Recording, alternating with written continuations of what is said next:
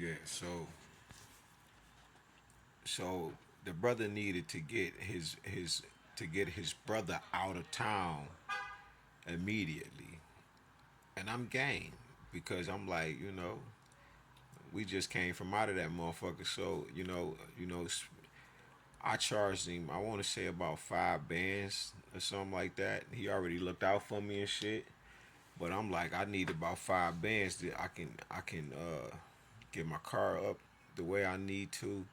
I can get this woman off my back, right? Pay some bills like I need to. And like I said, she the one stopped me. Like, you don't really know him like that, and it kind of makes it cloudy about her and him. But at the same time, that was at that time because she will always drag me along. Like, don't worry about it. We gonna be all right. And I'm like, yeah, we gonna be all right. I got you. And she used to always hit me with that. It's us, right? It's us. But the whole time she was doing her thing with somebody else and shit. You know what I'm saying? Ain't that something? Just kept bombing me and shit with that type of shit. So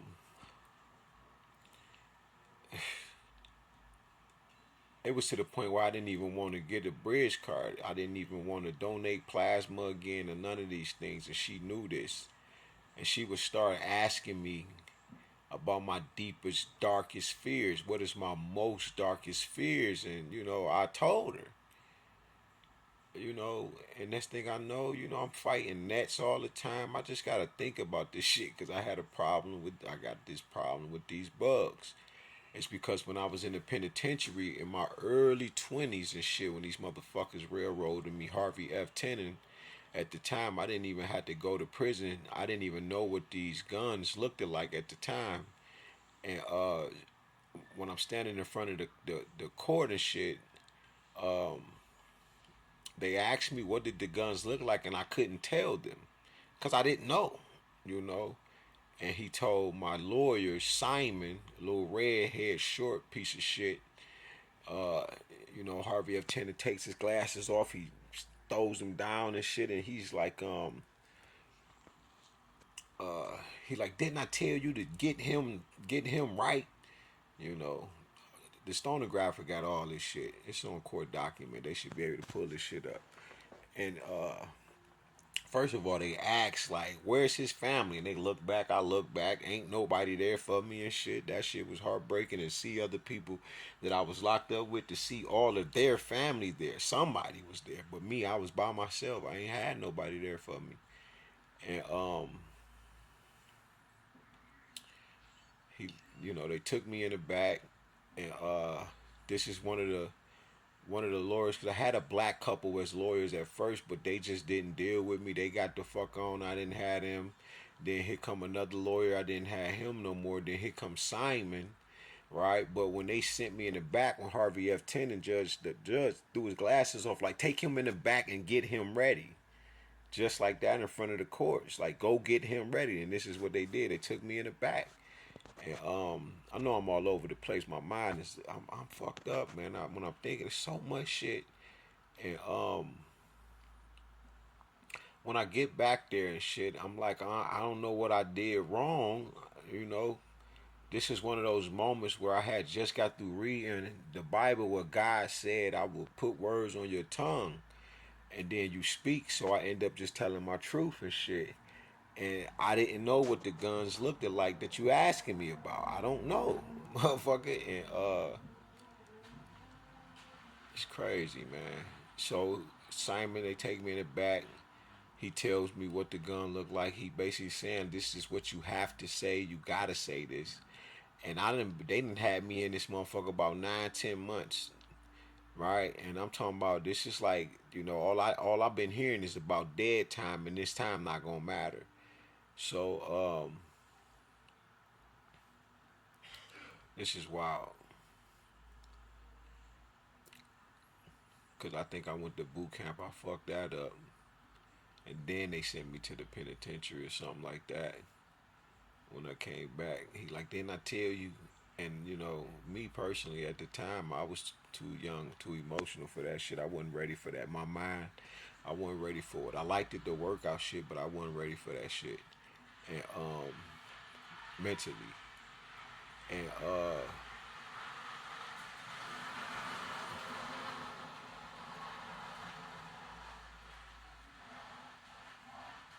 a lady, that shit don't make no sense.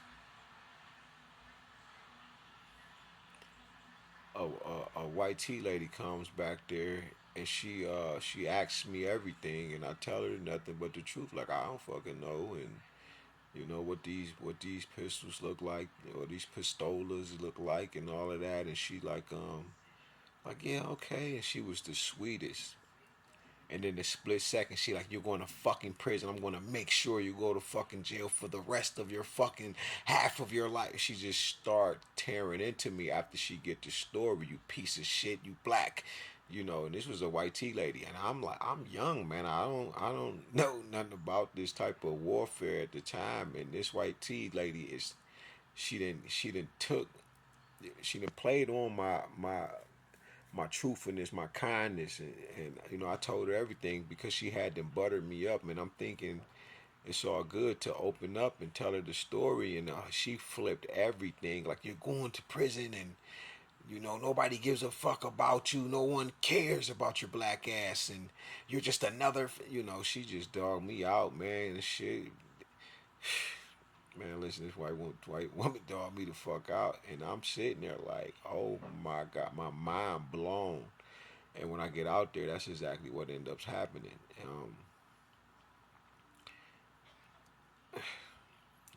Man, my story's long than a bitch. It's a lot. I don't even know where to go from here. um, but I'm just thinking about how many players in my life that was on that kind of bullshit ass time. And I don't know, man. But anyway, um, I forgot where I was going with that when I first started off this damn video. But my mind is gone. It's a million things running through it. It's hard to y'all don't even know. I really need somebody to write this shit out because it's so much. And then with the pressures of life, man, it's so hard. That's why I was so mad at the one, because people are able to do what they want to do and with your life, man. Um,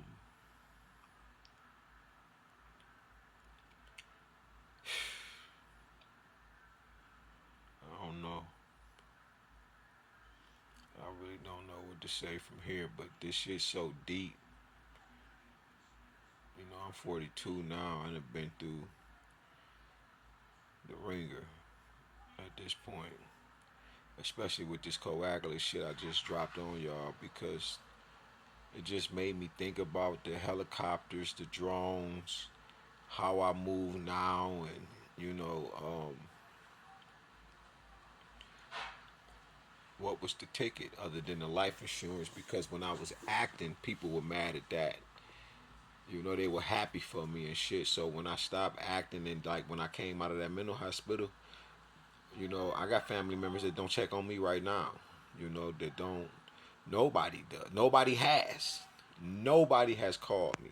Right? Even before I changed any of these damn numbers, I had my number was the same. I could call people, whatever. Facebook, they're answering shit. Yo, let me borrow a dub. But now, people still want to, you know, want to tell you what they think. After you tell them what's going on with you, they want to still tell you what they think. And it's just wild, man. That shit's just wild. It's just another level. So I don't know, man. You gotta give me a second. I'm still trying to. Like the deeper I go, man, that shit takes me to another goddamn story. Or some other shit.